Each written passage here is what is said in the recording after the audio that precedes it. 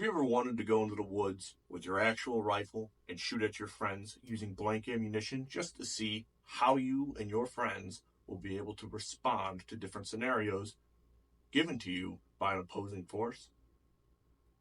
If this is you, welcome to my video. My name is Nigel, and today I'm going to be covering the kit I used and how the event went during a recent force-on-force event, Operation Evergreen Stride, and talk about incorporating force-on-force into your training. Let's start with the kit I wore. For the top, I have an M81 Raid Mod top I ordered from Operator Supply and a set of Roman Kermaz M81 G3s. We chose M81 just because it's the pattern me and all my guys had readily available, and our force was assigned to wear green colored patterns for a green versus tan concept. Next, we'll move to the belt line. I currently use a Cry Precision MRB 2.0. I do enjoy this belt. However, in the future, I will likely be moving to a belt similar to the AWS SMU belt, simply because of the fact that I like to have more MOLLE towards the front for some more real estate for pouches.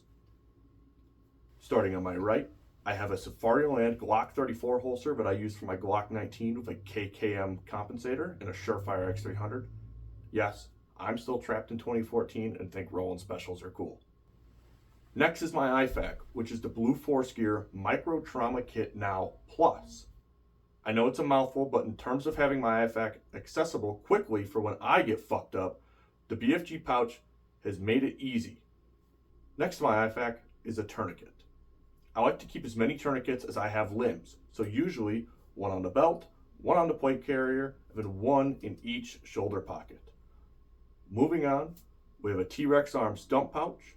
Many people will argue for or against having a dump pouch on their belt, but for me, I like having a small one on my belt just to throw spare equipment in. For example, during this force-on-force event, I knew at some point we'd be tasked to rescue a downed pilot, which what we used was a very big, heavy sea bag. So I threw in a Polis litter into my dump pouch and folded it up tightly. We did this so that way we have a method of having multiple people carry this downed pilot but stay as light as possible. Finally, towards the front left of my belt, I keep my spare magazines. I currently have one rifle and two pistol magazines in S-TAC pouches. In the past, I found S-TAC pouches to be pretty great for conducting a speed reload, but also really great at retaining the magazine in adverse conditions. Occasionally, in front of my holster, I'll carry a Marine Corps K-bar in its traditional leather sheath. The K-bar has made a great tool in the past for bushcraft and other purposes. That, and you can take the Marine out of the Marine Corps, but you can't take the Marine Corps out of the Marine.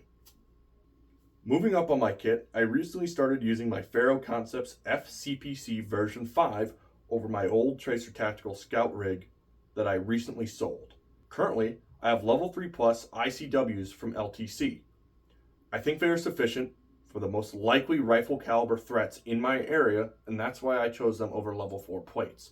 There's not many people running around with 30-06 black tip. For the placard, I am currently running the Onward Research Swift Clip Assaulters placard. However, I have swapped the Swift Clips for G-hooks. For GP pouches on either side, I am currently using two Tracer Tactical pouches. However, in the future, I will likely change these out to something smaller or more slim. Behind the cummerbund, I have two Faro Concepts wings for running my radios. In the future, I hope to add a Juggernaut mount so I can more efficiently run ATAC rather than pulling my phone out of my pocket every time looking like an asshole stumbling to get out of my pocket. Finally, we have my helmet. Currently, I am running a Hi-Com Striker High-Cut ACH. I used to run a Cry ATX airframe. However, I found that the rail cut was too low and it would cause the bottom of my peltors to interfere with the cheek weld of the rifle and either inhibit my ability to actually get behind my optic, or it would knock my headphones loose and it would skew my helmet to one side.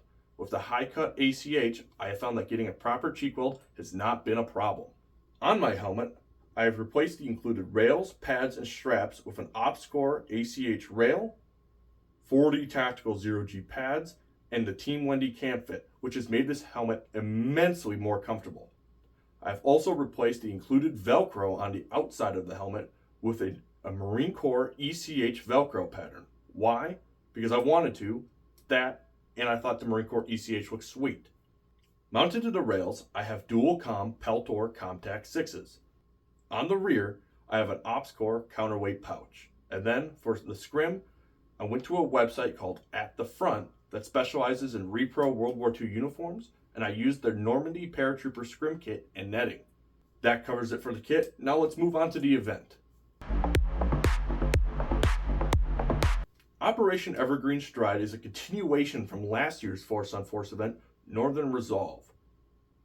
I want to take a moment and thank the Longhouse Preparedness and his guys for being awesome and showing their hospitality by running me and my friends down in a gun truck at 7 in the morning. Unfortunately, out of the 20 plus people that we were supposed to have, only about 5 of us were able to show up in the end against a vastly superior number. This was mostly due to scheduling conflicts, work, family things, stuff like that.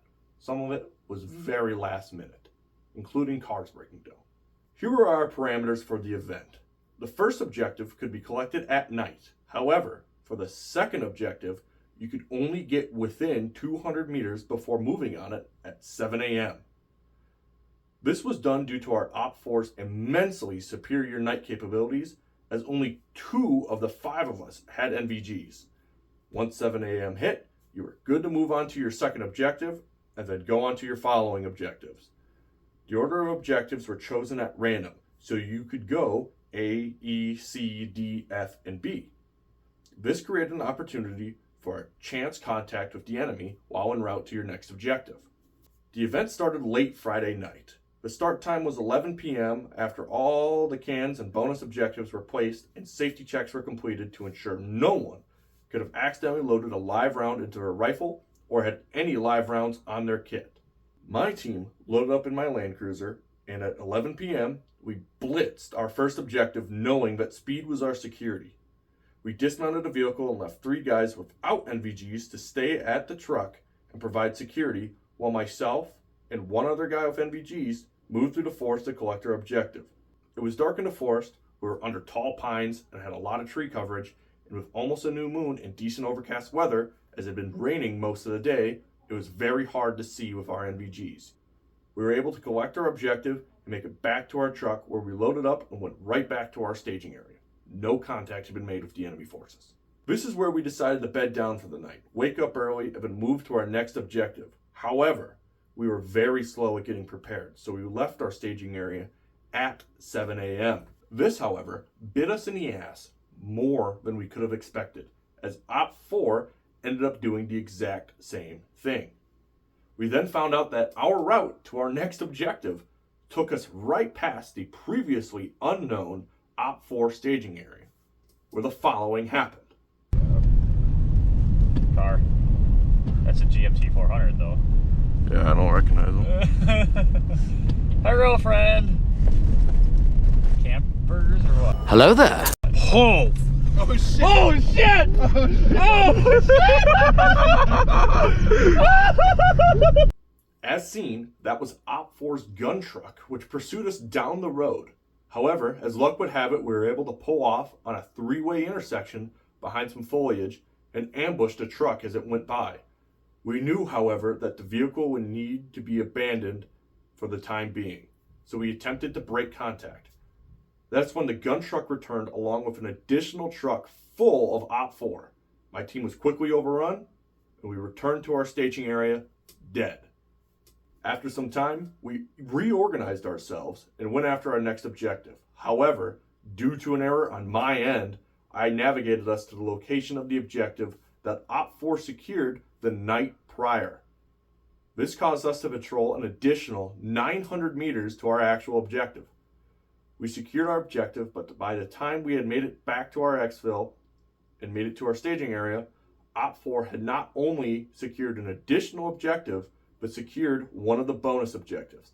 That put us down 2 cans to 3 and 0 bonus objectives to their 1.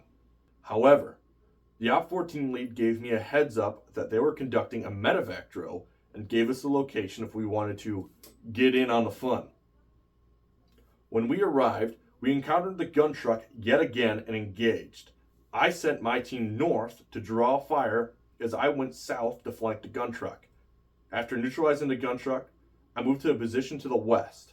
My team was still on the east side of the four-way intersection we had just cleared. I was observing the forest to the northwest of my position when behind me I heard a twig snap. I looked over my shoulder, and that's when I saw movement between the trees. Op 4's ground team, plus what I could assume was one of their vehicle teams to assist in a medevac, was moving through the trees behind me. Now I could have asked for assistance from what little force I had, but that would expose them from their current positions in the open intersection. So I got into what was some sort of concealment behind a dead log and radioed to my team, alerting them that an enemy force was moving towards us. I knew that they would either pass next to me or over me, so I decided to wait until as many of them were as vulnerable as possible at a short distance before engaging. Once the engagement had started, I rapidly fired through one magazine, rolled on my back behind cover, loaded a new mag, and emptied that one as well. That's when I figured anyone I didn't shoot probably has superior position on me, I am likely dead.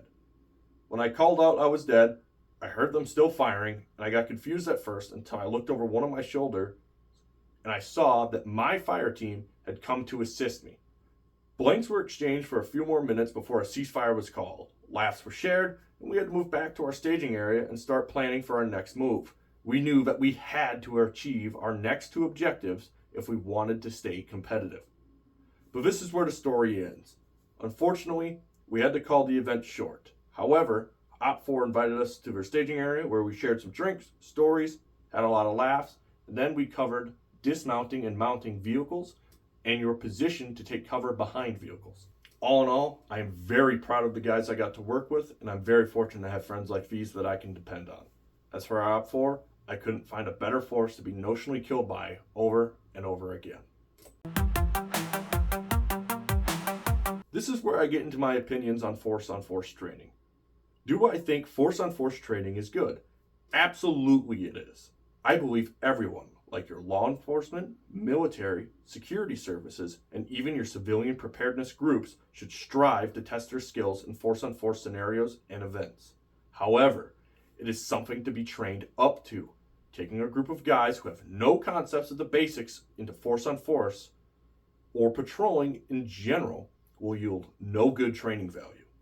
It's like taking a kid with no airsoft experience or life preservation skills into a Milsom West event and having him go at it. Start with the basics like marksmanship, small unit tactics like react to contact, patrolling formations, anything that can be found in publications like the Marine Corps Interim Publication 3-10.4 Marine Rifle Squad and 3-01 Alpha Scouting and Patrolling. Any of the Redbeard Tactical books, Tactical Forge booklets, Small Unit Tactics books by John Case, or the Small Unit Tactics and Raids by Matthew Luke that can be found on Amazon. These books and publications will offer you a knowledge base to help you get started. Study them, ask questions, and if you don't like how someone does something, I'm sure that a force somewhere does it in a way more fitting for you. For example, the Marine Corps wedge formation versus the Army's wedge formation. Once you have this knowledge base, teach it to your guys. Make sure that they understand it, ask questions, and have them explain it back to you. Once they can do that, go out and practice it, fail it a few times. It's going to be rough at first, but a switch will flip with you and your guys, and you will start to understand it even more. Not only will your guys start developing their own SOP, but you can start incorporating other things into your training. For example, your training could go from just practicing patrolling formations and utilizing a map and compass to patrol to different checkpoints, utilizing different formations and making short halts to utilize sills, and occasionally reacting to notional contact. It's the little skills that you learn that start to compound upon each other, and once you hit a certain point, I'd absolutely incorporate force on force to really test your knowledge and abilities as well as your ability to make good decisions quickly.